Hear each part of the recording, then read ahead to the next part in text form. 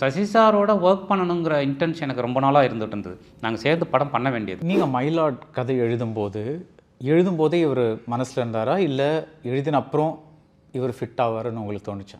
இல்லை சார், நான் எந்த கதையுமே எழுதும்போது அப்படி யோசிக்கிறது இல்லை.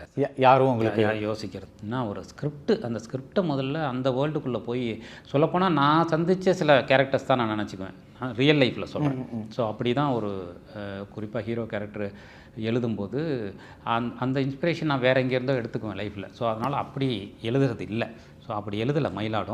மயிலாடு எழுதி முடிச்சுட்டு நான் வேறு சில ஆர்டிஸ்ட்டில் போனேன்.